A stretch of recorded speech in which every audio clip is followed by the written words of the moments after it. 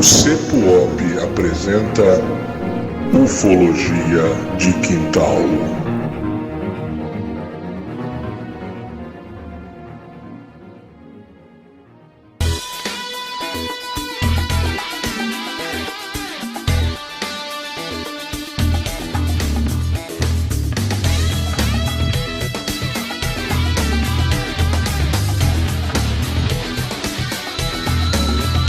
Olá, terráqueos!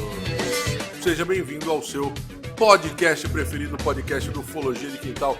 Hoje nós estamos aqui gravando um podcast, um episódio diferente. É um episódio que tem muitas evidências, mas é um episódio que não é muito conhecido, não é muito comentado nas rodas ufológicas.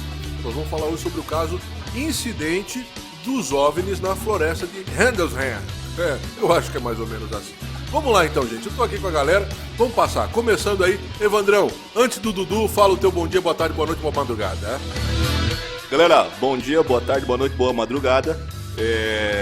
Então, nós temos aqui, talvez, pelo menos para mim, estava comentando aqui, o caso provavelmente mais contundente que nós já trabalhamos aqui no canal.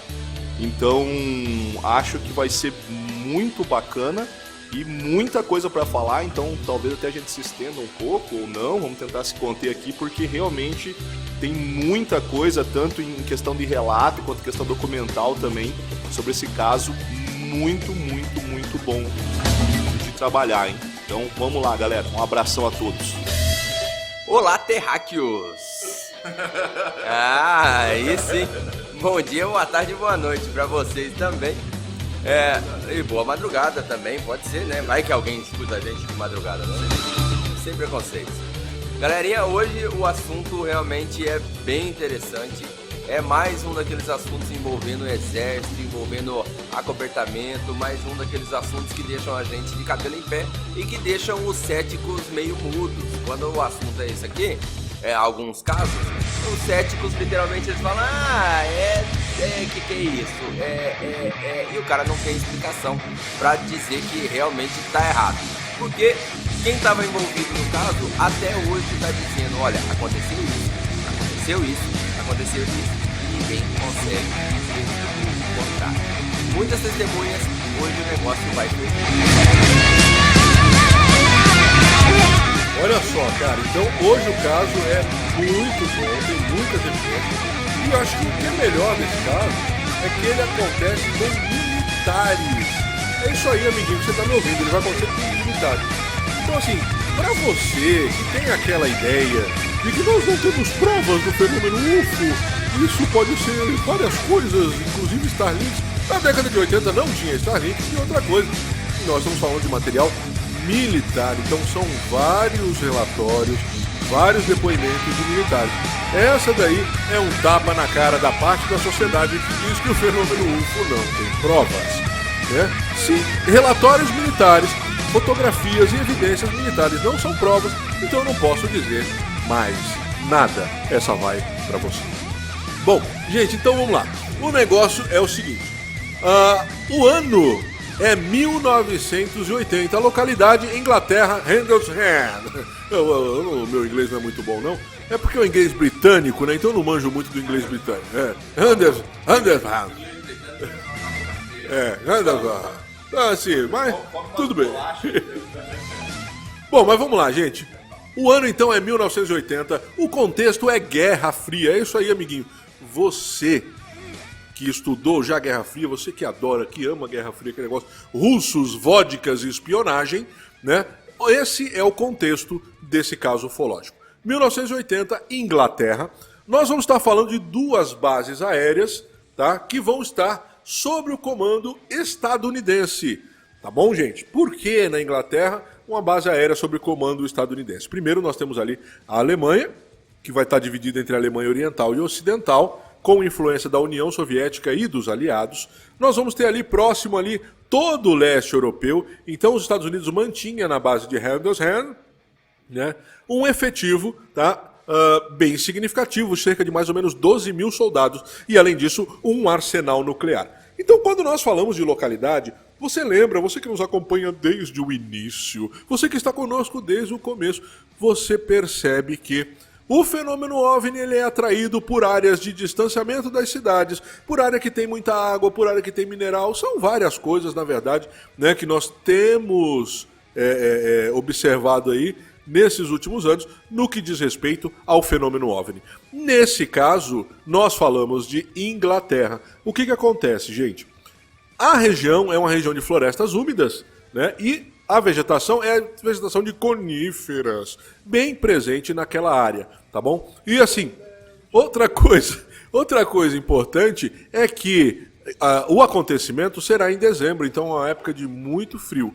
E aí, o que provavelmente atraiu essa incidência, né, do aparecimento desses OVNIs, talvez, né, e aí talvez, que é uma teoria, né, ninguém entrevistou os integrantes ou os tripulantes dessas naves para saber, mas provavelmente o que tem atraído eles foi o arsenal nuclear que os Estados Unidos e Inglaterra mantinham ali naquelas duas bases, tá bom, gente? Então vamos lá, o ano é 1980, o dia 26 de dezembro. Vamos lembrar que é Natal, né? Santa Claus is coming to town. Então o que vai ocorrer, gente? Nesse momento, 26 de dezembro de 1980... Essa parte você treinou na frente do espelho, né? Boa, Cleiton. Treinou essa daí. Treinei, tem que treinar, né? Tem que fazer a lição de casa. Então vamos lá. O que vai acontecer? Dia 26 de dezembro, pós-Natal. Então, muita coisa pode ter acontecido. Como que, Cleitão, por exemplo? Pós-Natal, cara, dia 26, o cara devia estar de... alguns deles podiam estar de ressaca. Ressaca, é muito comum no pós-Natal. Né? Quem nunca bebeu no Natal 2, 3 dias seguidos, você já acorda o seu café da manhã, né? Antes do café da manhã até, você escova os dentes com aquela vodka. É aquele momento maravilhoso, né? De pós-Natal. Acorda com aquele gosto de guarda-chuva molhado na boca. Mas tudo bem, vamos lá. A tua sogra ainda está em casa, você vai continuar bebendo. Isso, você acorda ali, né? Você acorda ali, tá a sogra em casa, tá o cunhado, aquela galera toda. Aí você fala, eu tenho que beber, não tem jeito. Tem que continuar. O que vai rolar então, gente? Mas vamos lá, né? Vamos deixar de delongas. Vamos lá. Então, né, nesse pós-Natal, na noite de 26 de dezembro, tá? O piloto John Brothers, esse cara aí, cara, ele estava montando guarda ali, ele estava fazendo uma patrulha em uma das bases. Então vamos lembrar que são duas bases, tá? Uma base da RAF, Royal Air Force, né? De Berthwaite, tá? Essa base, né, de Berthwaite, o que acontece? Ela ficava meio que paralela, tá bom, gente, com a outra base, tá bom? Que é a base de Woodbridge, tá? Woodbridge. Então, essas duas bases ficavam em paralelo e o fenômeno aconteceu, né, à frente dessas duas bases e ao centro, formando quase um triângulo o desenho entre o acontecimento dos OVNIs e a posição das bases. Muito interessante isso, é muito legal, amiguinho. E esse caso é cheio de formas geométricas, tá? Então estava lá, naquele dia, o piloto John, né? Todo paralelepípedo, fazendo a sua rondinha ali, quando de repente, tá? Quando de repente é avisado para eles, né? É avisado para eles, por volta de 3 da manhã, que uma das patrulhas, porque é muito comum, você tem um arsenal para cuidar, você tem uma guerra fria, então você vai fazer patrulhas em volta, né, para verificar o perímetro se está tudo correndo bem. Uma dessas patrulhas retorna às 3 da manhã dizendo: atenção, piloto, por favor, socorro, nós vamos fazendo a nossa patrulha e observamos luzes no interior da floresta. Então provavelmente foi um avião, foi alguma nave que caiu.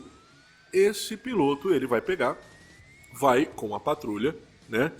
Ele vai destacar ali, vai falar pro seu comandante, aquele negócio todo. E vai ser destacado o sargento Jim Penniston, ele que vai comandar essa patrulha para verificar o que está acontecendo. Gente, ao chegar lá, eles vão se preparar porque a ideia é que caiu um objeto voador. Então pensavam-se a primeira ideia era um avião. Então se deslocou essa patrulha, né, que foi sob o comando do sargento Jim Penniston, que fez o quê? Que levou ali equipamento para resgate, né? Levou o equipamento para monitorar aquilo ali, para fazer os seus relatórios, que é importante, né? Então ele vai registrar tudo. Vão sair dali, vão se aproximar, né, do possível local da queda do objeto. E ao chegar próximo, eles vão perceber algumas coisas. Primeiro, não há fumaça, não há indícios de destruição. Tá? Então, a primeira coisa, gente, quem já viu a queda de um avião, ficou muito famoso alguns anos atrás, a queda do avião da Chapecó. Então, vocês viram que destruiu, né, toda a vegetação no entorno, fez aquele caminho. Então, eles foram procurando isso, né? Chegando lá, não viram nada disso, não tinha fumaça, não tinha evidência nenhuma, mas, porém, todavia, contudo, as luzes, né, estavam ali no bosque. Então, o que vai acontecer? Eles vão se aproximar sem muito medo, né? Óbvio que vai ter medo, mas eles vão se aproximar. Chegando próximo a essa luz, o que eles vão perceber? Eles percebem, então, que essa luz, na verdade, é um objeto em forma triangular que está pousado no meio da floresta. Nesse momento, o piloto John Burroughs fica um pouco ao longe, ele não se aproxima. Por quê, gente? Já no caminho, eles vão perceber algumas anomalias, tipo assim, o rádio começa a dar interferência, eles vão sentir uma energia quase que estática, né? Aumenta bastante essa questão do magnetismo. E aí, chegando lá, eles percebem, então, que aquele objeto aquela luz vinha de um objeto triangular que estava pousado ali. O piloto John Burroughs, ele não se aproxima. Quem chega mais próximo é o Peniston. Por que o Peniston, cara? Porque ele era o responsável, né, por ser da polícia da aeronáutica. Então ele era o cara ali que ia fazer essa vistoria. Ele chega mais próximo, percebe então, começa a relatar. Dizem alguns relatos que ele tirou foto, que ele registrou isso aí. Mas como todo registro militar fica na mão dos superiores, né, ele passou isso adiante. Então ele vai chegar ali, vai fazer esse registro, aquele negócio todo. Dizem no relatório que esse objeto fica ali pousado por cerca de 45 minutos. Eles tiveram tempo de observar bem. E o Peniston vai relatar, por exemplo, que encontra nesse aparelho, nesse objeto, tá, hieróglifos indecifráveis, né? Por que o Jim fala que é indecifrável? Porque ele não conheceu aquele amiguinho do episódio anterior que conseguiu decifrar até o idioma dos extraterrestres. Se ele conhecesse, era só mandar para ele e ele automaticamente decifraria facilmente.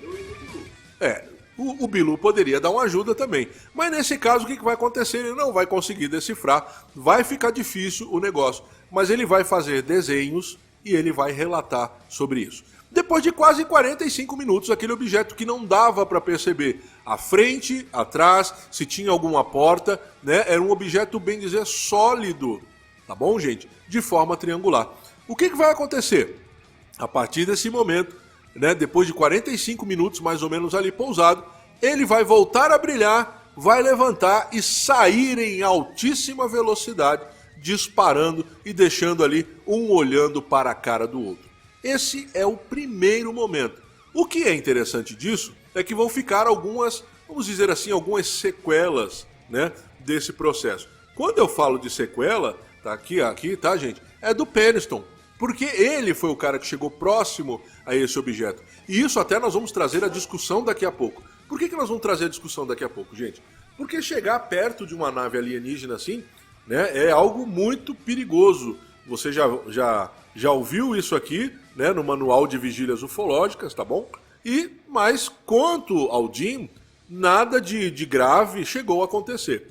Naquela noite, Jim Peniston vai ficar inquieto. Ele não vai conseguir dormir, ele não vai conseguir relaxar, ele vai ficar com aquilo na cabeça.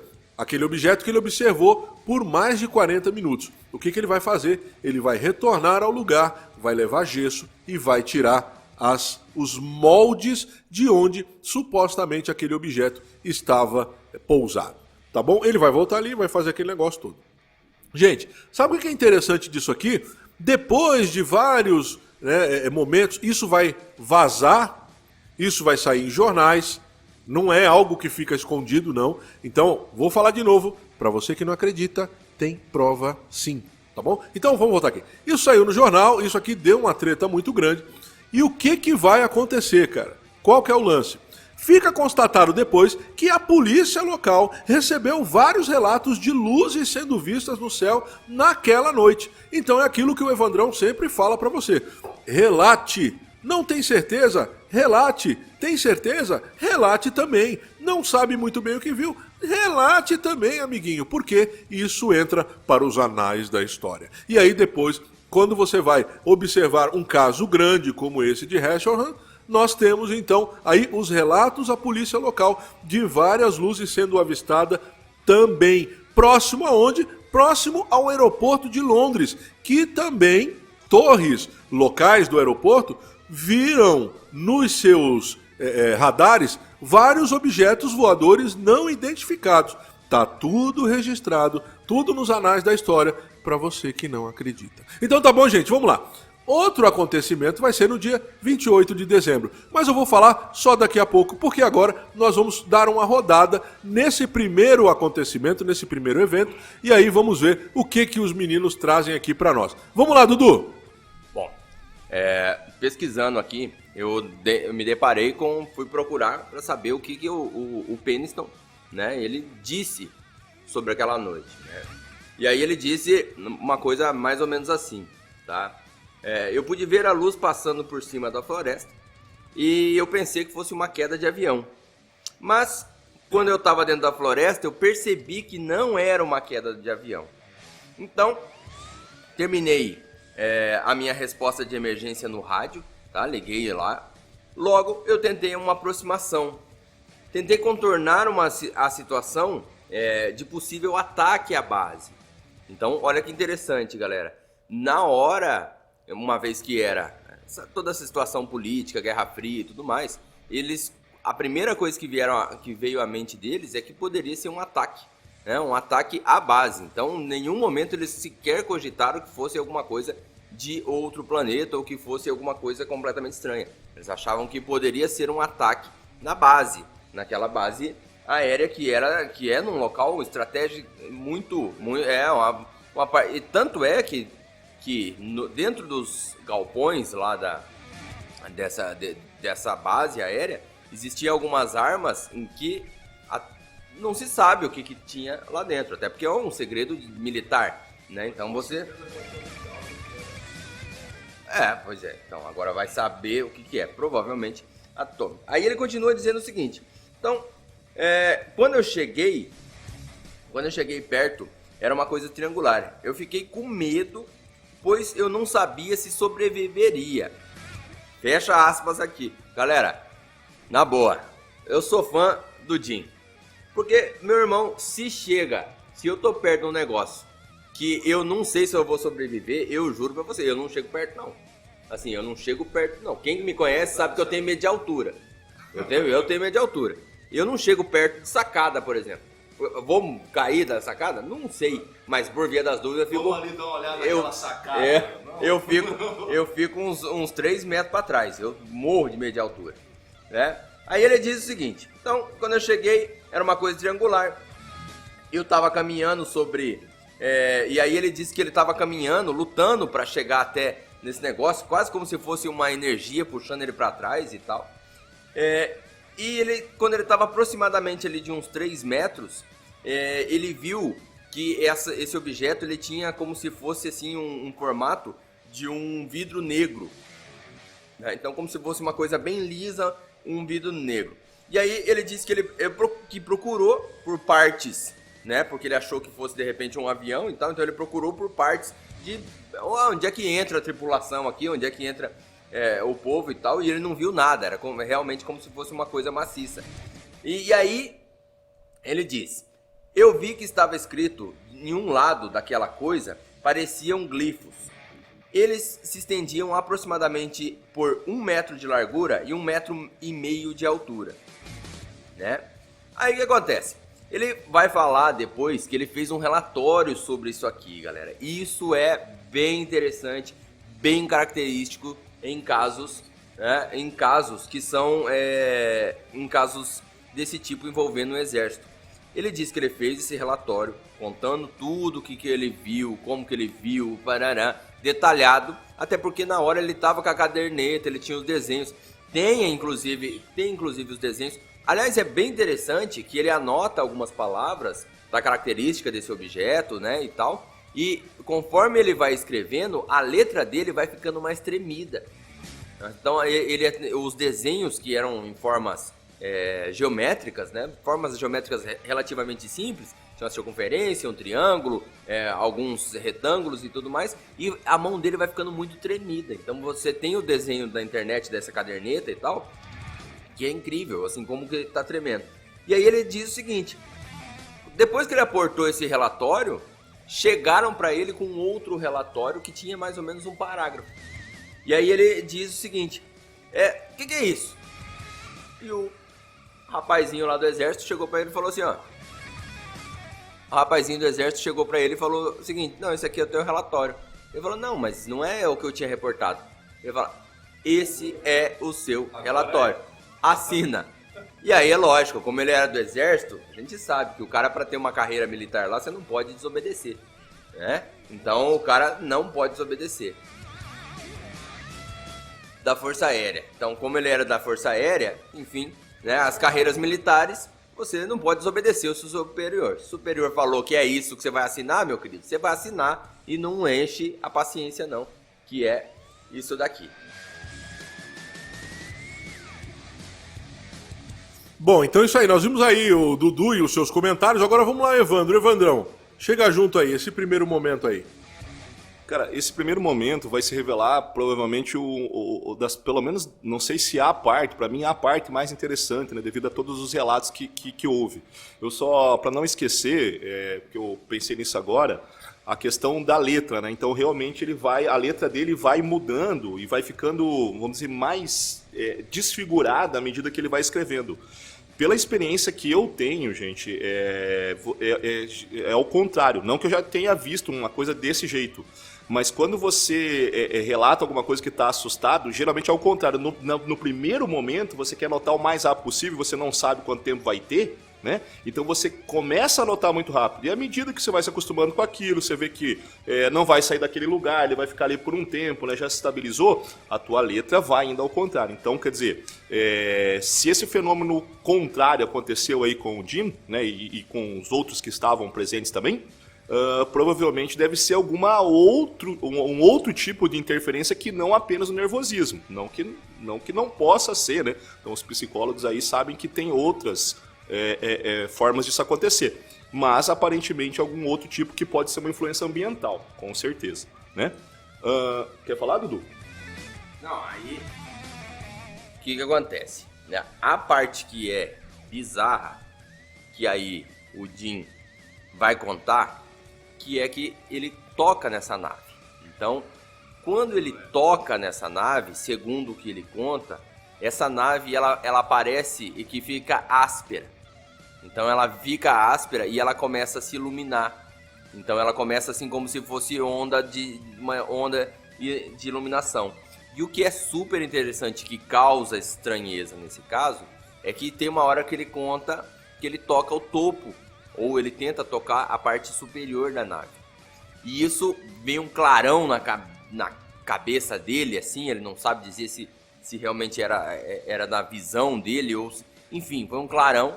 E como se fosse uma transmissão, não dá para entender isso direito, mas como se fosse uma transmissão, ele começa a ver uma sequência numérica, uma sequência de zeros e um, ou seja, ele começa a ter essa sensação, uma vislumbre de um código binário, né? Código binário esse que tempos depois vai aparecer o que estava, entre aspas, escrito nesse código binário, mas a gente vai falar disso aqui daqui a pouquinho. Então, com relação a essa questão, o que deu a entender, pelo menos na minha opinião, é que apesar de ele descrever isso de forma temporal, isso pareceu como um insight para ele, como se ele tivesse tocado na nave e recebido toda a informação de uma vez só, tipo, de forma automática. Mas claro que para ele, aparentemente teve um certo tempo transcorrido, mas...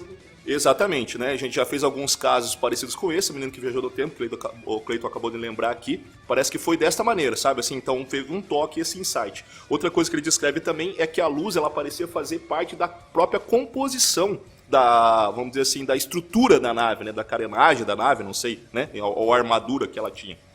Outra questão também, a questão da temperatura, né?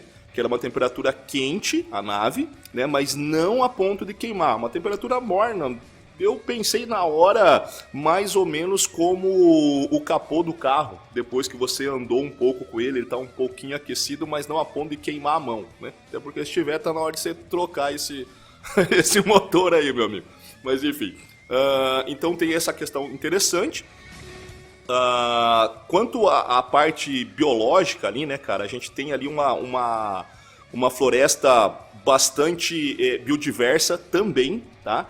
E apesar de não ser assim, com presenças de grandes bacias, né, bastante presença da mudança entre as estações, né, e formação de bastante gelo ali. Que também talvez possa ter alguma influência ali na atração desses nossos amigos. Outra questão é o pessoal lá também, né, voltar para casa depois desse relatório, então, como o Dudu explicou, né, aí eles entregam esse relatório bastante completo, até porque, gente, eles foram lá para fazer isso. Então é óbvio que eles não estavam ali passando, ali uma navinha ali, vamos fazer uns desenhos. Não, o trabalho deles era fazer essa descrição. Então, obviamente, bom, se espera, né, quem já foi militar, se espera que você tenha um relatório, pelo menos o padrão. Né, que são coisas que você tem que preencher de forma obrigatória. E esses relatórios são extensos, eles não são um parágrafo só. Né? Eu lembro que nem quando você não tinha ocorrência, você tinha um parágrafo só para escrever nos relatórios quando você pagava a guarda, por exemplo. Né? Então, imagina se um caso desse com a luz. Outra questão é que o pessoal do Exército, mais tarde, além de entregar esse sem vergonha desse relatóriozinho de um parágrafo para o pessoal assinar como se fosse o relatório original, que eles alegaram que se tratava então de um farol que realmente existe, né? Existia a uns 8 quilômetros mais ou menos daquele local, e que esse farol então ele teria atravessado as árvores e confundido o pessoal.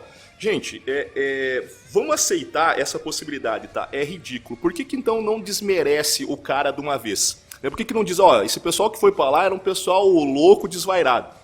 Obviamente, porque eles eram conhecidos, né, dos seus camaradas, né, dos seus companheiros ali, né, de farda, e isso não ia colar, né? Você não pode dizer que o cara é um maluco, eu conheço o cara, ele não é maluco, né? Por que eu estou dizendo isso? Gente, vamos combinar comigo. Claro que mais tarde, já vou adiantando, mais tarde fizeram uma análise desse farol e viram que jamais ele vai chegar àquela distância, ele não daria para ele chegar ali, mas vamos imaginar que tivesse chegado. Sei lá, né, como o Dudu gosta de falar, vamos dizer que Júpiter esteja com um escorpião e tal, não sei o que, tá, beleza, chegou. Só que, cara, peraí, você tem um farol que está iluminando o topo das árvores, você tem uma descrição de um objeto que está no chão.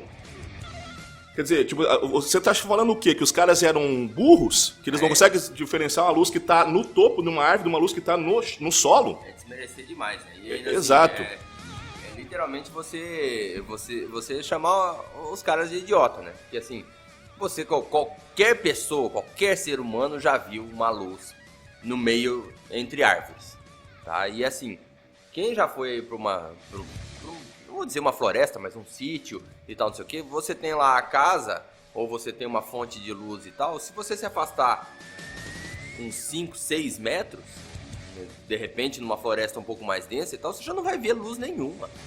Você não vai ver luz nenhuma. E essa floresta, inclusive, ela é uma floresta muito fechada. Então, assim, um farol, que tá tudo bem, é uma puta de uma luz. 8 quilômetros ali, no mar, você vai enxergar? Vai.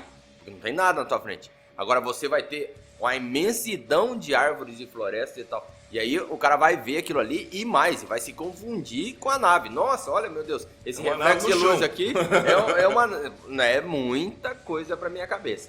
Quer muita dizer, coisa. Poderia ter falado que era o farol, mas assim, né? Dizer, os caras estão mentindo. Então, assuma, o Jimmy lá, o pessoal, se confundiram. A gente vai levar ele para uma quarentena lá, né? Vamos isolar os caras. Bateram a cabeça. Bateram a cabeça. Deve ter conversado com o ET Bilu, alguma coisa assim, né? Mas nem isso os caras têm a capacidade de fazer. Então, isso torna bastante estranho, né? E não sei se a gente vai falar depois também, a questão dos desenhos que ele fez, né? Ele fez vários desenhos, claro, no relatório. Mas como ele viu, né, como o Dudu bem explicou, que esse relatório original ele não volta para ele assinar, ele refaz esses desenhos depois, claro, que daí infelizmente de memória, né, não é uma coisa que ele estava olhando, mas ele faz de memória, que é bem impactante. Lembrando que, como o Cleide descreveu, ele levanta, né, de madrugada, porque ele fica com essa questão tão forte na cabeça que ele decide levantar de madrugada por conta e tirar moldes de gesso, inclusive esses moldes ainda existem, tá? de onde o objeto tinha pousado. Então você vê ali que tem bastante documentado e bastante contundente, no mínimo bastante estranho o que está acontecendo na floresta aí, nesse caso. Essa parte inclusive do Jim, dele ficar meio agoniado com querer saber o que aconteceu e tudo mais, ele conta também num relato dele que assim, ele queria muito escrever essa sequência numérica que vinha na cabeça dele de 0 e 1s. Ele queria muito escrever aquilo, ele queria demais escrever aquilo. E aí ele chegou um dia que ele resolveu, um dia depois, ele resolveu, vou escrever esse negócio aqui. E começou a escrever uma sequência. Gente, tem na internet e tal, essa sequência de números escritos na caderneta dele, são umas 15 páginas ali de um caderninho. E eu juro pra vocês, eu tentei copiar ele inteiro, mas eu desisti na metade porque digitar 0 e 1... Mas digitou uma parte. Eu digitei uma parte, mas eu desisti na metade e tal. E aí ele conta que depois que ele digitou aquilo, ele sentiu aliviado, como se fosse um alívio. Tipo, pronto, fiz o que eu tinha que fazer e agora tô quase com a missão cumprida. Um negócio meio louco. Inclusive ele fala, tá? Ele fala, e aí vou deixar já essa pimentinha aqui de curiosidade pra vocês. Ele tem uma teoria em que isso que aconteceu com ele não são alienígenas. Não são de outro planeta. Essa é a teoria dele. Mas eu conto daqui a pouquinho esse negócio. Só terminando o comentário, daí você pode... Eu também achei estranho, né? Como é que o cara ele vai fazer praticamente 15 páginas de 0 e 1 em sequência, né? Aí pode ser meio estranho, mas lembrando que a gente fez vários relatos aqui onde acontece a mesma coisa, né? Você vê, por exemplo, você lembrar só um caso um pouco mais simples, o caso do Nelson Tasca, que ele teve que decorar um texto, né? Parece que isso aí realmente é impregnado na mente da pessoa. E quando você nota que quando ele põe no papel, né? Então ele estava sendo incomodado por aquilo, inclusive fez ele levantar, uma das coisas que fizeram levantar de madrugada, né? Ele não conseguia dormir direito, não conseguia conversar direito, e quando ele põe no papel, segundo ele, aparentemente é como se tirasse com a mão essa preocupação dele e os números saem da cabeça dele. Então, sei lá, eu achei um pouco curioso. Daquelas coisas que ficam difíceis de explicar. Fica muito claro essa questão, né, de você tocar num objeto e ele te trazer algumas consequências. No caso do Peniston, né, foi esse lance do código binário. É interessante também, gente, que tem uma outra linha de decifrar, né, esses códigos binários, e foi jogado aí e transformado em coordenadas geográficas. Tá? Essas coordenadas geográficas dariam ali em uma ilha submersa próximo à Inglaterra. Uma ilha que vai ter muitos contos, muito falada, a ilha Rai Brasil, tá? Que seria uma ilha aí quase que mística ali naquela região. Muita gente procurou, muita gente foi atrás, então tem esse lance também, né? Gente, é um caso muito complicado, por quê? Qual que é o lance, né? O que você fica assim, por que você não pode descredenciar tudo? Porque são militares, gente. Nós não estamos falando de pessoas que querem 15 minutos de fama, não estamos falando lá do cara lá que fez a antena com papelão e arame. Não, nós estamos falando de militares, os caras têm um nome a zelar. Tá? Um militar dificilmente, eu vou dizer para você que não acontece, o ser humano pode fazer muita coisa. Tá? Mas o que acontece? Dificilmente acontecem essas coisas. Nós vamos continuar aqui e vamos ver, né, a continuação desse caso aí. Bom, gente, então agora, dia 28 de dezembro, 2 dias após o primeiro avistamento. No dia 28 de dezembro, o tenente-coronel responsável pela base, né, Charles Hout, tá, vai estar numa festa no clube de oficiais. Então é dezembro ali, né, cara? Então as bases vão ter essas comemorações. É aquele momento em que os oficiais vão se confraternizar, né? Os sargentos, tá? Os praças. Então vai ter confraternização de todas as patentes, né? De todos os níveis no momento militar. Então, dia 28, tá lá o pessoal lá, tranquilinho. De repente, chega a notícia de que tem outro OVNI visitando uma região muito parecida com a anterior. estava ali na região. Então chega até ele decide, ele fala assim, ó, eu vou lá. Tá, eu não quero mais saber, é muito disse-me disse, é um que fala que sim, outro fala que não. Então vamos lá, eu vou ver o que está acontecendo. Ele mesmo vai junto, em patrulha até lá, e chegando, né, ou no caminho, é muito interessante alguns acontecimentos, gente. Eles vão sentir a mesma interferência nos rádios, tá? Eles vão ver interferência nas luzes, alguns holofotes da base aérea são desligados. Gente, olha só, é um negócio sobrenatural, né? Aí o cara fala, né, não tem provas, eu vou bater nisso até o final, tá? É muito complicado isso. Então o que vai acontecer? Eles vão perceber todos esses problemas ambientais, né, toda essa interferência no ambiente, e vão se aproximar até lá. Lá eles vão ver, gente, uma luz vermelha. É um objeto não identificado de luz vermelha. Esse objeto, ele vai quase como que se explodir. Ele vai, se separar em vários outros objetos. E aí o que vai acontecer?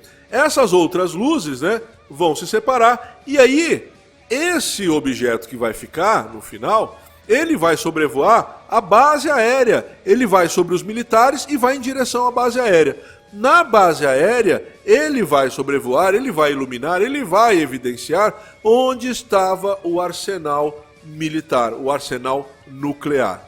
Então, por isso que é muito interessante esse fato, tá bom? Ele vai passar por eles e vai lá onde está o arsenal nuclear. Gente, muitas pessoas ligadas aí, né, à ufologia espiritualista, à parapsicologia. Eu não vou descreditar nem que sim nem que não, porque eu não conheço. Tá? Então é muito complicado, eu não gosto de dar opinião em cima daquilo que eu não conheço. Por que eu vou dizer para você que eu não conheço? Eu não sou especialista nisso. Eu acho algumas coisas até interessantes, outras eu acho meio doida. Né? É muito complicado, né? Você falar é um espírito extraterrestre, é muito complicado isso, eu não entendo isso. Mas é por não entender justamente que eu não vou fazer um juízo de valores. Então o que rola, gente?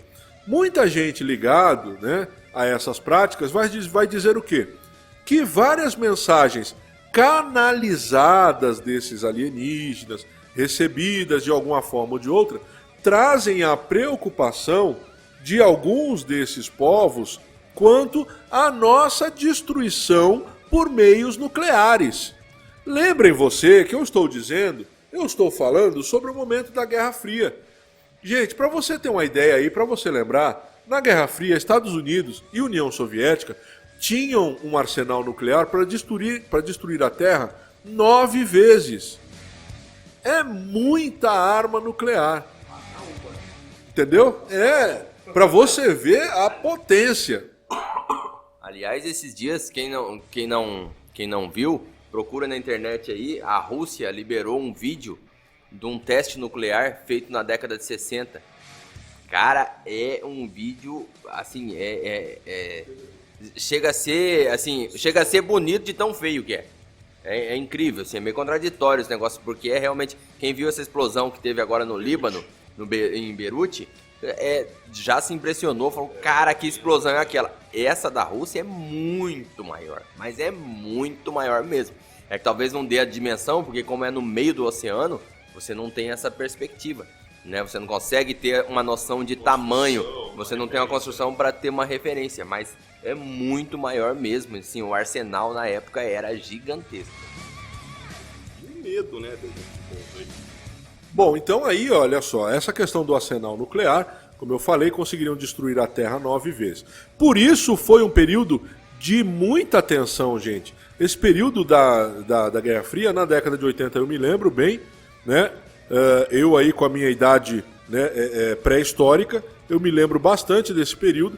Então vai acontecer, né, até de muitas pessoas fazerem previsão do final do mundo. Nós vamos nos destruir, aquele negócio todo. Até aquela, um pouco anterior, né, mas a declaração do Chico Xavier, que fala sobre a data limite.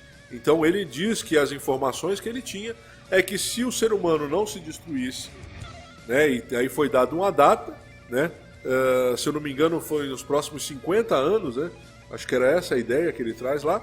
Se o ser humano não se destruísse por uma guerra nuclear, né, se o nosso planeta não fosse destruído por essa guerra, nós teríamos o início da abertura, o início do contato com esses seres de outros planetas ou de outras dimensões. Então, só para a gente voltar aqui, né, a essa iluminação, eles vão ficar, claro que estarrecidos, gente, é algo que, aquilo que o Dudu falou aqui, que é uma coisa assim que é muito estarrecedor. Só quem já teve esse eu não vou dizer privilégio, porque o fenômeno está aí para tudo que é lado, né? Quem fala que nunca viu, é porque nunca procurou, essa é a realidade. Por mais que algumas pessoas falem, né? Ai, não fica procurando o OVNIzinho, não. Por mais que as pessoas falem sobre isso, essa é a verdade. Se você tem curiosidade, você procura. Se você procura, você vai achar. E aí, se você achar, a primeira vez que você ter qualquer contato com o fenômeno, você vai ver que é uma coisa transcendental. Cara, a primeira vez que eu vi, eu também não dormi à noite. Eu passei uma noite quase inteira pensando nisso. Como que como que foi possível eu ver aquilo? Eu não estava acreditando no que eu estava vendo. Tá bom? Então é assim que funciona mesmo, cara. É assim que as coisas se dão. Então, nesse momento, vai trazer muito espanto. Esses militares, é óbvio, vão fazer o seu relatório. Esses relatórios depois vão vir à tona. O Dudu vai falar bastante sobre esses relatórios aí. Mas eu queria trazer aqui, tá, a declaração de um militar. Um menino com 19 anos. Né? Com 19 anos, aí o cara é recruta. Ele está servindo ali, né, o seu primeiro ano de serviço. Né? Aqui no Brasil é serviço obrigatório. Fora do Brasil, nem tanto. É um serviço, né, voluntário. Mas vamos lá. Esse rapaz, esse menino Larry Warren, tá? Ele vai declarar que ele estava junto no dia ou na noite e viu alguns dos oficiais que estavam nessa patrulha conversando com seres que pareciam crianças, tá bom? Que eram seres que ele não vai precisar se eram extraterrestres ou não, ele vai dizer, eram seres que pareciam crianças. Isso vai causar depois, né, muita repercussão. Porque ele vai dizer só isso, ele vai falar que ele viu esses seres que pareciam crianças, ou seja, eram pequenos, eram miúdos na complexão física. E ele vai falar que os militares e esses seres estavam conversando como se já fosse um protocolo estabelecido. Como se não fosse a primeira vez que aquilo acontecera.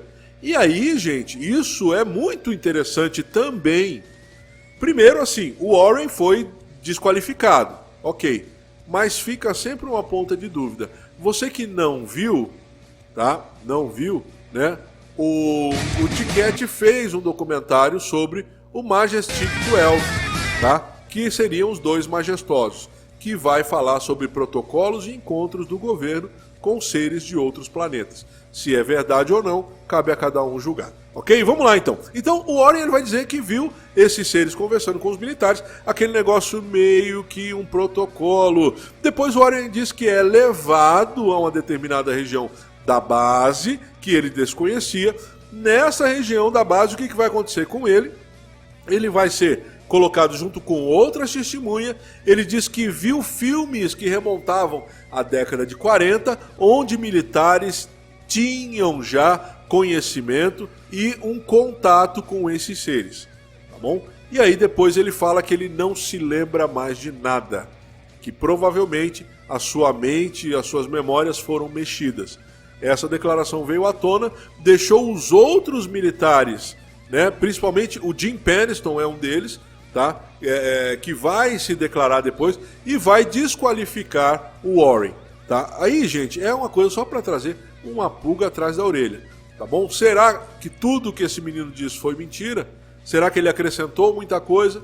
Os militares vão dizer que o começo que ele fala é verdade. Ele estava com eles, aquele negócio todo, mas não teve nenhum ser, não teve nenhum protocolo, não teve nada. Então, essa é a parte obscura desse caso. Ok, gente? Então acabamos de falar aí da segunda parte, aí vamos dar aquele giro de rodada novamente pra galera ver o que aconteceu. Bom, chega lá então, Dudu, traga aí as suas novidades aí, as suas considerações aí, as suas observações. Bom, Cleitão, queria ler aqui, ó, tá? A declaração do Charles Hout, tem disponível na internet, é uma das várias declarações que ele deu a respeito do caso, onde ele conta a visão dele do que aconteceu no caso aqui, né? Lógico que eu vou dar uma resumida aqui, porque é bem grande e tal, e ele diz mais ou menos o seguinte: ele diz que em dezembro, né, de 1980, que ele foi chamado para investigar um evento muito estranho. Um evento que estava distraindo os policiais de segurança de seus deveres. Na madrugada do dia 26 de dezembro de 1980, a nossa patrulha percebeu estranhas luzes na floresta, a leste do portão traseiro de Woodbridge. Premiado, eu fui influenciado a ir investigar. Então, fui no intuito de achar uma explicação para aquilo. Eu levei 2 patrulheiros comigo. No local, nós encontramos 3 entalhes, aproximadamente de 4 centímetros no formato triangular. Nós descobrimos trações de radiação e evidências de galhos quebrados nas árvores. De repente, nós observamos um objeto muito brilhante na cor laranja, ora vermelha, no formato oval, com um centro preto. Ele me lembrou um olho e parecia estar cintilando ou piscando. Ele manobrou horizontalmente através das árvores e manobrou horizontalmente através do horizonte, com um movimento vertical. Quando ele se aproximou, eu vi que silenciosamente se quebrou em 5 objetos brilhantes brancos. Fecha aspas aqui, para quem já viu relatos de orbes. Orbes brancos. Olha que coincidência aqui. Tanto que é acento em Independence Day também. Exatamente. Então, voltando, abre aspas de novo. Nós saímos da floresta e fomos a um campo onde observamos vários objetos no céu. Múltiplos objetos ao norte, e eles mudavam de uma forma elíptico para redondo. Vários outros objetos foram vistos ao sul. Um deles se aproximou em alta velocidade e lançou um estranho raio bem aos nossos pés. Era diferente de uma luz comum e não radiava. Era mais como se fosse um raio laser.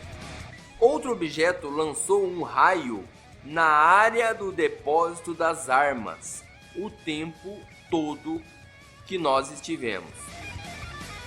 Nós tivemos problemas com comunicação com a base. Todas as 3 frequências de rádio que nós usávamos não estavam funcionando. Essa atividade continuou por cerca de 1 hora. Durante o evento todo, felizmente, eu tinha comigo um pequeno gravador, já que eu não gosto de fazer anotações. Então, gravei todos os eventos significantes que aconteceram naquela noite. Infelizmente, esse gravador não funciona mais, mas eu tenho uma cópia guardada.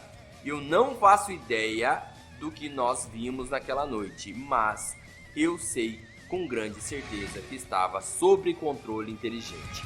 Fecha aspas outra vez. Galera, o que acontece aqui? Depois ele vai continuar contando o relato, ele vai continuar contando sobre o que aconteceu. E assim, em momento nenhum, é interessante que o capitão, em momento nenhum, ele fala que é alienígena. Ele não fala nada sobre isso, tá? O Charles Hout, ele não fala sobre isso. Ele apenas diz, olha, o que aconteceu foi isso, eu não sei o que aconteceu, mas foi assim, estranho desse jeito assim. Então, realmente me traz muita estranheza, porque é um cara que não precisa, não tem a necessidade. O que ele vai ganhar com uma mentira desse tamanho? Tá? Na hora ele estava querendo o quê? Ele estava querendo fazer o trabalho dele, proteger a base dele. Afinal de contas, se desse algum pepino, é no dele que ia sobrar. Bom, então é isso aí. Vamos lá, Evandrão. Chega junto aí. Qual que é a treta? Então, porque aconteceu aqueles momentos de a gente ter que dar uma editada, então por isso a risada, mas é o seguinte, tentar voltar ao sério aqui. Gente, bom, duas coisas pra pontuar, né, cara? Primeiro aquela questão do Warren ali, né, que é o cara de 19 anos ali que faz o relato que viu esses ETs, né? E esse aí, então, no caso, ele foi descreditado pelos seus companheiros, pelo menos parcialmente, né? Porque eles dizem assim, no começo era isso aí mesmo, né? Então ele descreve as naves, etc, né? Mas ele diz que não teve essa questão, eles não chegaram a ver nenhum tipo de ser, né? Propriamente dito, né? Tanto que corrobora com o próximo que eu vou falar aí, que é do capitão também, que vai fazer o seu grande relato ali. E o cara, ele tem também essa memória, vamos dizer assim, apagada. Ele diz que provavelmente, ele não chega a afirmar, mas ele diz que suspeita que houve alguma coisa, porque ele esquece daquele ponto que o Cleiton estava descrevendo para diante, né? E também que eu achei meio estranho, porque ele é o único que realmente descreve seres, né? E outra coisa também, pessoal, que você vê do primeiro dia para esse dia, em ambos os relatos, você vê o formato da nave bater, né? Inclusive aqueles moldes de giz que tinham sido tirados na madrugada lá do primeiro dia, ainda do dia 26 ou /27, né? Ou seja, um dia anterior a esse que a gente está falando, do dia 28. Também, na verdade, foram tirados 3 moldes, porque era justamente de onde aparentemente a nave se apoiava. E você vê que isso foi corroborado por todos os relatos, né? Você tem essa questão.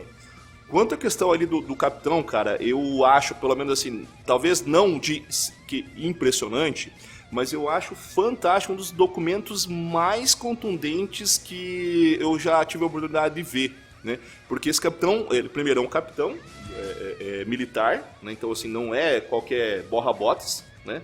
Dessa vez, não desmerecendo, não é isso que eu estou querendo dizer, né? Eu tenho família militar também, mas assim, não é um oficial de patente baixa.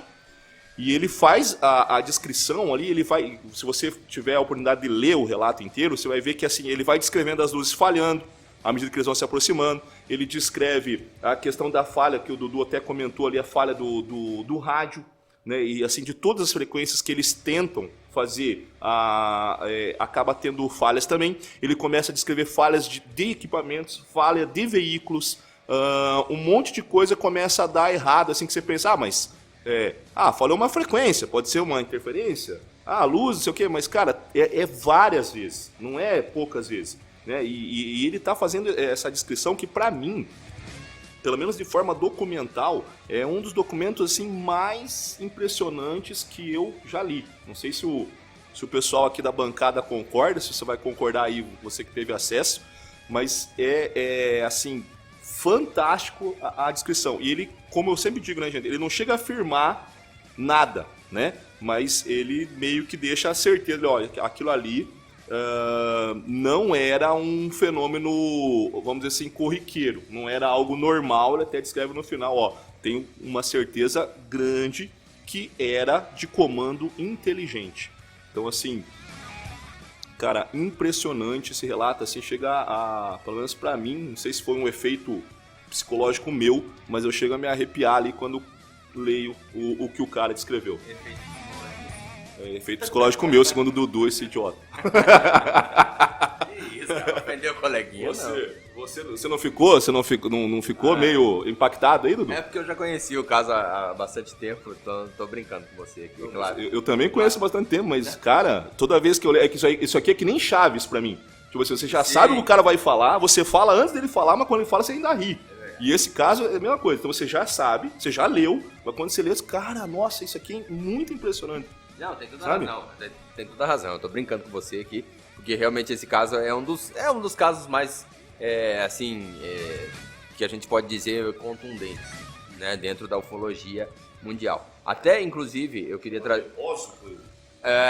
eu nunca sei falar Roswell. Eu nunca sei qual é o correto, sabe? Que quando você pensa até que você está falando correto, né? A palavra de outro idioma, você acha, não, tô falando correto, agora eu aprendi. Aí quando você vai lá pro nativo lá e você escuta o cara falando, você fala, nossa senhora, eu sou muito idiota e tal, não sei o quê. Mas, o código binário que o Jim, que ele diz, né, que ele pegou esse código binário e tal, não sei o quê, que ele recebeu, vamos dizer assim, isso na cabeça dele e tal, não sei o quê. O pessoal decodificou esse código binário, tá? Então, ali em 2010, a galera pegou esse código binário e foi ler o que estava escrito nesse código binário. De fato, como o Cleiton já falou, tinha lá as coordenadas né, dessa ilha mística que era essa High Brasil, que é uma terra mística que os celtas, há muito tempo atrás, dizia que existia e tal, ok? Só que, além disso, ainda tinha lá uma frasezinha escondida. E essa frasezinha é o seguinte: exploração contínua da humanidade para o avanço planetário. Origem, ano 8100. Galera, lembra que eu disse que o Jim, ele tem uma teoria que o que aconteceu naquele dia não foi de pessoas de outro planeta.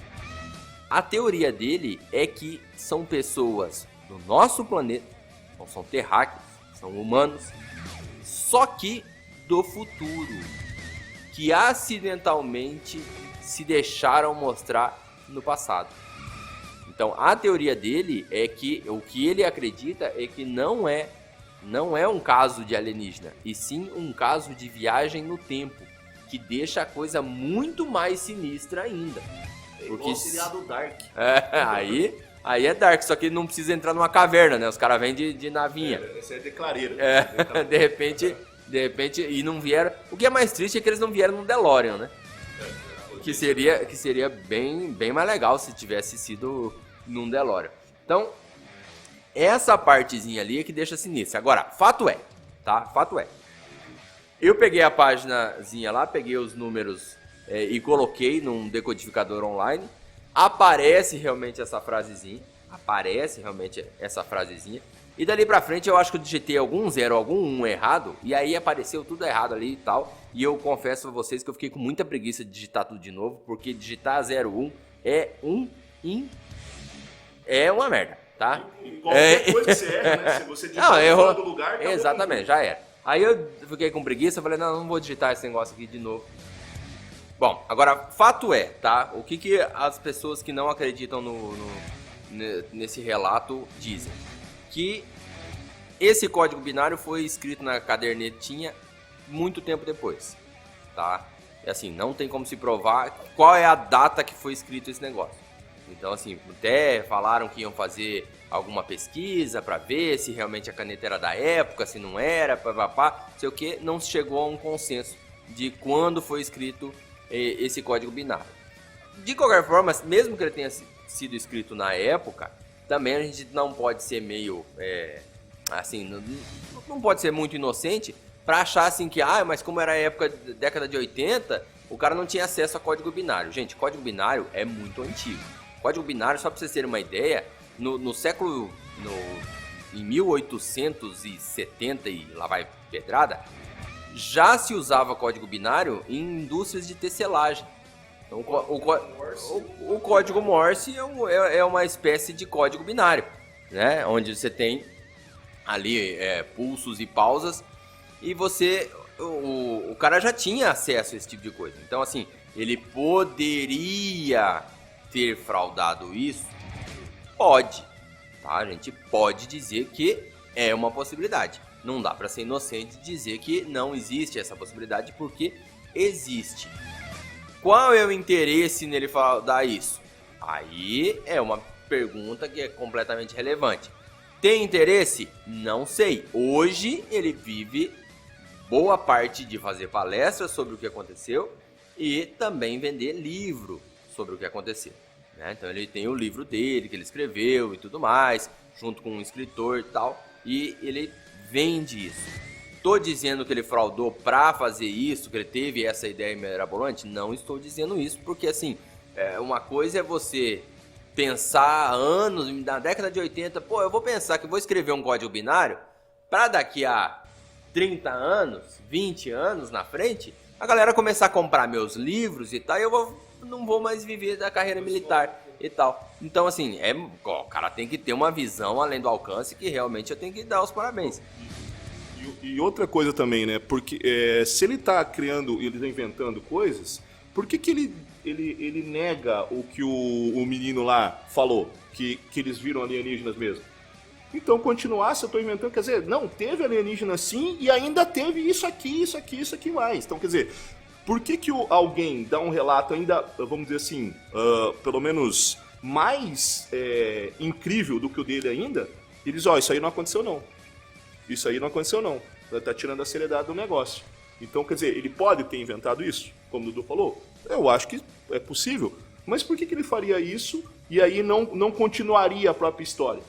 Né? Então, assim, eu tô dizendo, teve uma nave. Aí o Dudu fala, mas teve uma nave e um ET. E aí, se eu tô mentindo, por que eu falo? Não, teve a nave, teve o ET e ainda teve um contato comigo que os caras conversaram, bateram um papinho aqui comigo. Você entendeu? Então, é uma coisa que deixa a pulga atrás da orelha. Desculpa aí a intromissão, Dudu. Não, capaz, relaxa. Depois você vai pagar mais um litro de uísque ali e a gente vai ficar tudo na felicidade. Tranquilo. Não, é realmente assim, o cara quando ele é... A gente tem, inclusive, alguns relatos de algumas pessoas que dizem que ter sido abduzidas e tal, e que o camarada começa a história quando ele conta a primeira versão dele da abdução, quando ele conta o primeiro caso que ele teve, ele conta uma versão. Passa um tempo depois, o cara tem aquela síndrome de... a gente até diz assim, entre a gente aqui, a gente conversa que é a síndrome do cara que quer continuar aparecendo pra mídia. Então ele vai acabar inventando uma história nova, ele vai acabar inventando... Porque assim, se você foi abduzido uma vez, vamos dizer, se você foi abduzido, o camarada vai contar a história do que aconteceu ali e não tem mais novidade, tá? A não ser que você seja abduzido de novo, mas não tem outra novidade. E aí, às vezes, tem a síndrome do cara que contou a história, depois ele quer contar de novo. Aí ele vai acrescentando um detalhe. Lembrei de um detalhezinho aqui e tal, não sei o quê. Que não é o caso desses caras aqui. Porque aparece um outro pra falar, tinha lá, eu vi os alienzinhos e tal, não sei o quê. E eles falam, não, peraí, não teve isso aí não aconteceu. Eles puxam pra um fato e eles mantêm a história a mesma. Pode ser uma mentira exatamente sempre a mesma? Pode ser, mas eles pelo menos mantêm uma coerência, né? No relato deles, eles mantêm uma coerência. Outra versão que uma galera diz que não é verdadeira é que algumas pessoas falam que, olha, teve um meteorito, um meteoro meteorito, né? Meteorito quando cai. Isso, que caiu ali na região e que poderia ter confundido eles e tal, não sei o quê.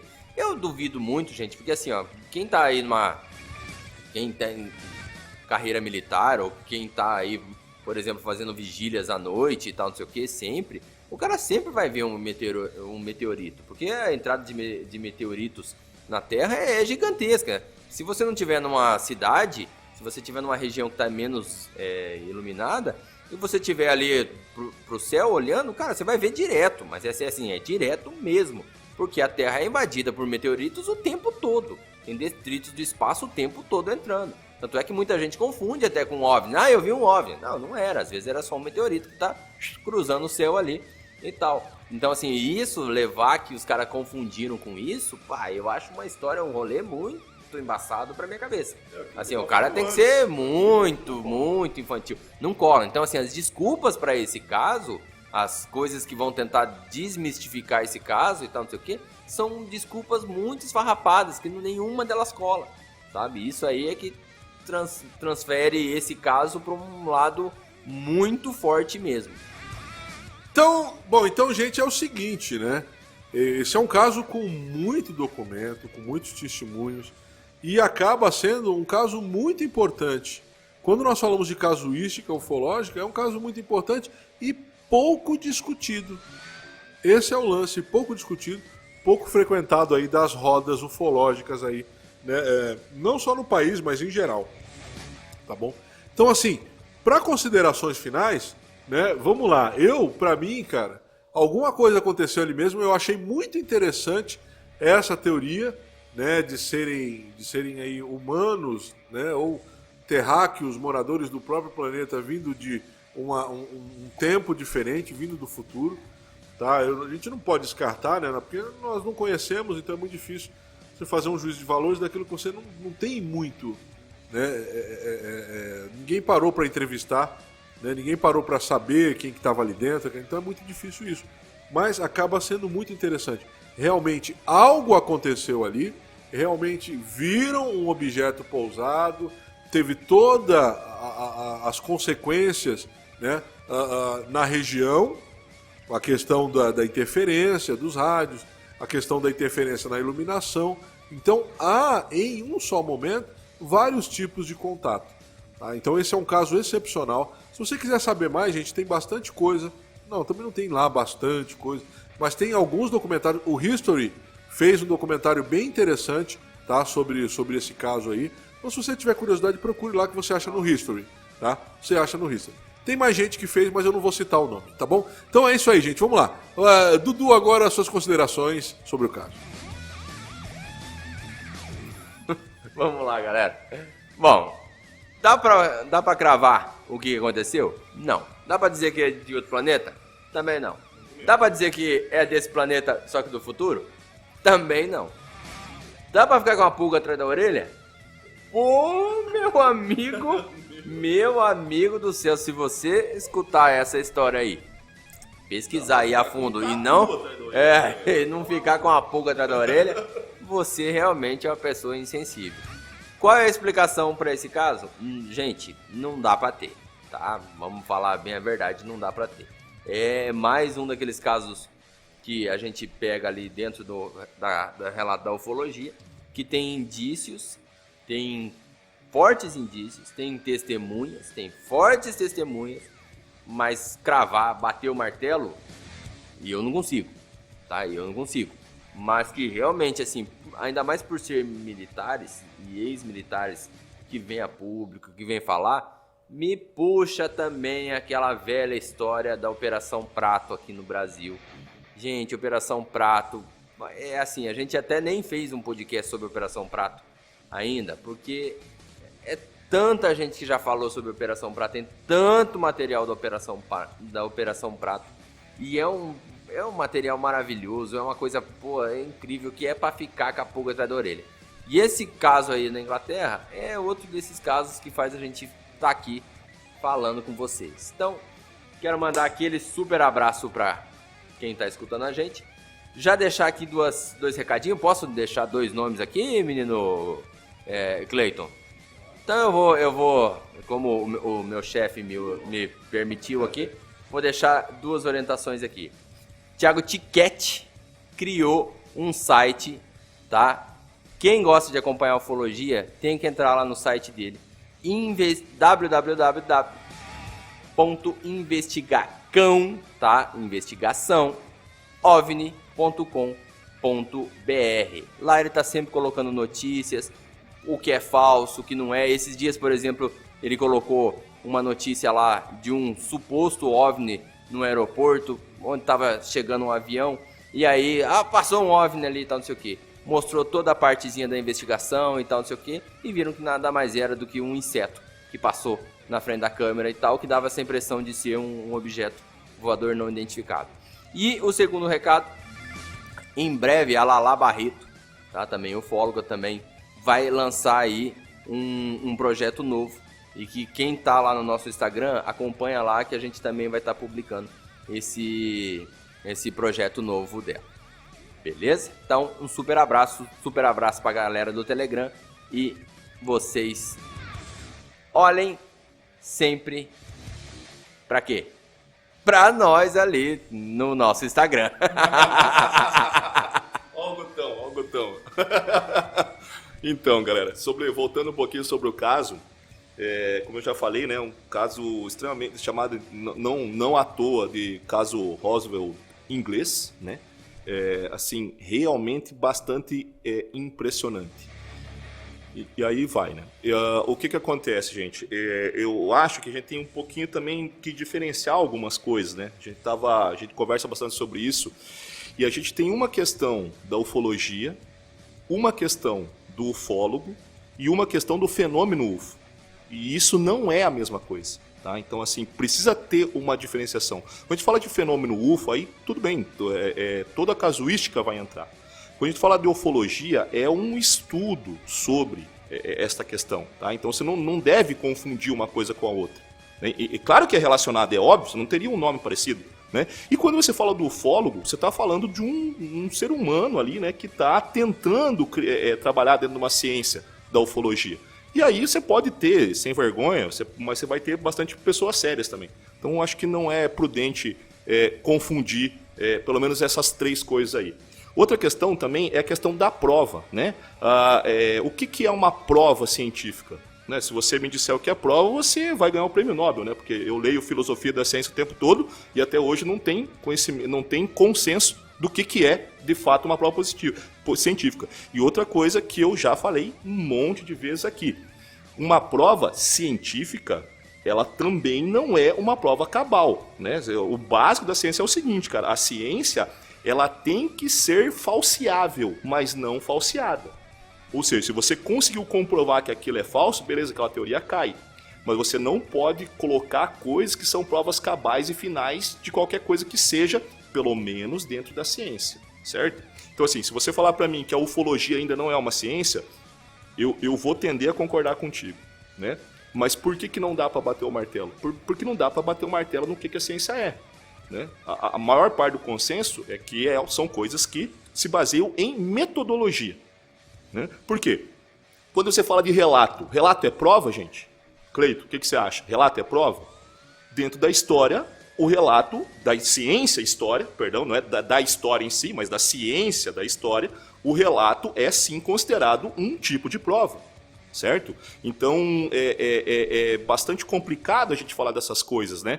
E importante, penso eu, desculpa aí, não estou fazendo crítica a ninguém, só estou colocando aqui algum tipo de diferenciação que talvez ajude a gente a se comunicar. Porque quando a gente está falando sobre alguma coisa, por exemplo, o caso de hoje, a gente está falando de um fenômeno, a gente está falando de uma tentativa de estudo desse fenômeno, de uma possibilidade de metodologia, de critério para o estudo desse fenômeno, ou a gente está falando de uma pessoa que estudou esse fenômeno. Não é a mesma coisa, certo? Então é importante fazer essa diferenciação. No caso de hoje, gente, eu ainda me mantenho, né? Eu acho que isso pode ter uma explicação razoável, eu acho que pode ser, talvez, no futuro, mas assim, com certeza hoje eu estou como believer, né? Que o Cleito sempre diz, porque assim, algo aconteceu aí, eu estou bastante curioso, claro, o Dudu falou tudo. Dá para bater o martelo que foi alienígena? Não dá para bater o martelo. Dá para bater o martelo que foi gente do futuro? Não dá para bater o martelo. Eu realmente não estou para esse lado. Mas assim, quando você vê esse tipo de relato, velho, alguma coisa tá estranho aí, certo? Então assim, talvez de todos os casos que a gente fez até aqui, esse pra mim, o mais contundente possível, né? Fora que também aquele da menina que viajou no tempo, né? Porque isso aí também é outro caso ímpar, né? Mas talvez eu tenha esquecido de mais algum, mas esse aqui, cara, impressionante, tá? É pra mandar os abraços final já, Cleiton? Então, cara, mandar um abraço final aí pra toda a galera aí do Telegram, do Instagram também, que a gente está cada vez maior, como sempre, toda semana falando a mesma coisa, mas é porque toda semana está acontecendo a mesma coisa, né? A gente está aumentando e tal, e a gente fica muito feliz. Agora até recebemos, não sei se o Cleiton vai falar sobre isso daí, de um ranking aí dos casos de ficção aí nos canais de áudio aí, né? Spotify, caramba aí. Eu posso falar Spotify aqui? Não vai derrubar, né? E então agradecer muito ao pessoal todo aí, beleza? E também, né, cara, já vou mandar um abraço aí ao pessoal do Estrada Sobrenatural. Vocês devem, quem é Telegram viu, do Instagram também viu a foto nossa lá. Foi, cara, sensacional. A gente conheceu um estúdio dentro da Bolé no caminhão, cara. Um contador de causa fora do normal, muito bacana e daquele jeito, né? Começa a contar o caso e não terminar, agora vai ter que escutar lá. Muito bacana, muito legal. Um abração aí pro pessoal do Estrada Sobrenatural também, beleza? Valeu. Bom, é isso aí então, gente. Nós terminamos por aqui, né, com mais esse episódio. O que tem de legal aí que a galera trouxe? Todos esses processos, né, que acabaram acontecendo, nesse caso, nesse relato, que é um dos muitos que nós temos, mas um dos mais importantes internacionalmente falando. Tá bom, gente? Então é o seguinte, os meus agradecimentos, abraços finais aí, vai para o mesmo pessoal, o pessoal do Telegram, um grupo maravilhoso, tá? Esses dias aí, um integrante novo chegou, né? Tá chegando gente sempre. E aí ele tava comentando, cara, que legal, porque ele tava perguntando sobre astronomia, e aí aquilo que o Evandro fala aqui, né, o pessoal do grupo lá manja muito, manja até mais do que nós, bem mais do que a gente, e aí já apareceu ali, solícito ali, alguém ali, não, ó, tem esse livro aqui, tem um lance aqui. Então, gente, é um grupo de pessoas bacanas, de pessoas que conhecem bastante, pessoas muito receptivas, né? Então, um abraço para vocês aí do Telegram, tá? Um abraço também para a galera do Instagram que tá chegando e pro pessoal do YouTube. Lembra, alguns episódios atrás eu pedi aqui, né, para vocês darem uma força lá para nós chegarmos a 100. Nós chegamos a 100 e já foi criada a nossa URL personalizada, né? Então, legal, né? Agora eu não tem mais para que pedir para você se inscrever lá. Se quiser se inscrever, se inscreva, vai ser legal, mas se não quiser, não tem problema algum, continue ouvindo o podcast aqui, né? A ideia do YouTube foi aquilo que eu falei para vocês, é porque algumas pessoas não têm acesso, né, ou não têm essa facilidade de ouvir podcast, de procurar as plataformas, e aí acabam ouvindo no YouTube. Então foi atendendo a pedidos, nós fizemos isso, tá? E agora já está disponível e fácil para elas encontrarem, tá bom, gente? Então é isso aí, um beijão para todo mundo. Quem está ouvindo a gente aí da Europa, né? Quem está ouvindo a gente da Oceania, da África, da Ásia e aqui da América, tá? Um abração para você e aquilo que nós sempre falamos, gente. Quem procura, acha.